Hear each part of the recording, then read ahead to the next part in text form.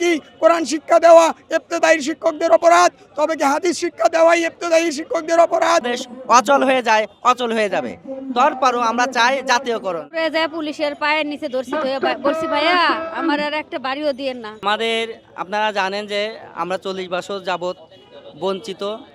শেষ অবধি আমরা এখানে যত পিঠ থেকে গিয়েছে সাবেগে এসে আমাদের কথা হচ্ছে যে আমরা জাতীয়করণ চাই।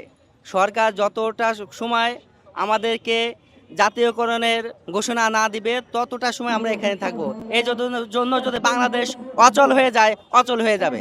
তারপরও আমরা চাই জাতীয়করণ। আমরা নারী হয়ে আমাদের এখন বাসায় থাকার কথা। আমরা রাস্তার ফুটপথে মানুষের মতো রাস্তায় বসে আছি, রাস্তায় রাত্রে শুয়ে থাকি একজন শিক্ষিকা হয়ে। আমরা বাচ্চাদের শিক্ষা দেই, এটা কি আমাদের অপরাধ? এই অপরাধের দায়ে কি আমরা এই রাস্তার পাশে থাকি? কালকে তো আপনারা দেখছেন সবাই কিভাবে আমাদের অত্যাচার করছে।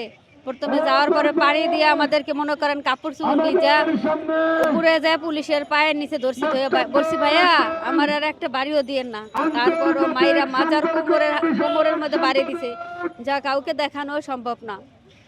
আমাদেরকে নির্মমভাবে অত্যাচার করছে, ভাইদেরকে মেরে আহত করছে, হাসপাতালে ভর্তি আছে। 200-র অধিক শিক্ষক শিক্ষিকা আহত হয়েছে, হাসপাতালে ভর্তি আছে। রাত্রে ঘুমাইতে পারি না, ঠান্ডার মধ্যে এই পাকার মধ্যে শুয়ে আছে। আমরা তো খাতা কম্বল নিয়ে আসি নাই, অনেক কষ্টে আমরা জীবনযাপন করছি।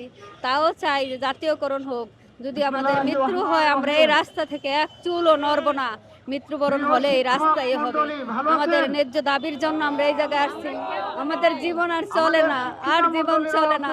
এই জীবনের চেয়ে মৃত্যুবরণ করা অনেক ভালো। আর কথা বলতে পারি না ভাই, আমার অনেক কষ্ট হচ্ছে। আপনাদের মাধ্যমে আমরা দেশবাসীর কাছে জানতে চাই আমাদের অপরাধ কি? এই দেশে হাজারো প্রাইমারি শিক্ষকরা তারা বেতন পাচ্ছে, আমরা একই বই পড়াই। এই সরকারি আমাদের বই দেয়, প্রাইমারি স্কুল বাংলা ইংরেজি অঙ্ক সমাজ সেই বই পড়াই, আমরা সেই একই বই পড়াই। সাথে আমরা বোনাস হিসেবে কোরআন, হাদিস এবং ফিকহ এই 3টি ইসলামিক সাবজেক্ট পড়াই এবং আরেকটি সাবজেক্ট আছে সেটা হলো আরবি সাহিত্য। প্রিয় দেশবাসী, এত কিছু দেশবাসীকে উপহার দেওয়ার পরেও এই দেশে হাজারো এই প্রাইমারি স্কুল জাতীয়করণ হচ্ছে। ইবতেদায়ী কি অপরাধ? তবে কি কোরআন শিক্ষা দেওয়া ইবতেদায়ী শিক্ষকদের অপরাধ? তবে কি হাদিস শিক্ষা দেওয়াই ইবতেদায়ী শিক্ষকদের অপরাধ? এই শিক্ষকদের কি অপরাধ আমার জানা নেই। এই জাতির কাছে আমার প্রশ্ন, যদি ইবতেদায়ী জাতীয়করণ নাই করা যায় তাহলে মাদ্রাসা বোর্ড রেখেছেন কেন? কারণ ইবতেদায়ী থেকেই তো আলিয়ার ছাত্র, ইবতেদায়ী থেকেই তো দাখিল মাদ্রাসার ছাত্র, ইবতেদায়ী থেকেই তো ওই বুয়েটের ছাত্র। আজকে যদি খোঁজ করেন যত বড় বড় ভার্সিটি আছে খোঁজ নিয়ে গিয়ে দেখবেন সব মাদ্রাসার ছাত্ররাই ভালো ভালো রেজাল্ট করেছে। অথচ এই মাদ্রাসার মূল শেকড় ভিত্তি বেইসকে সরকারিভাবে কেটে দেওয়া হয়েছে।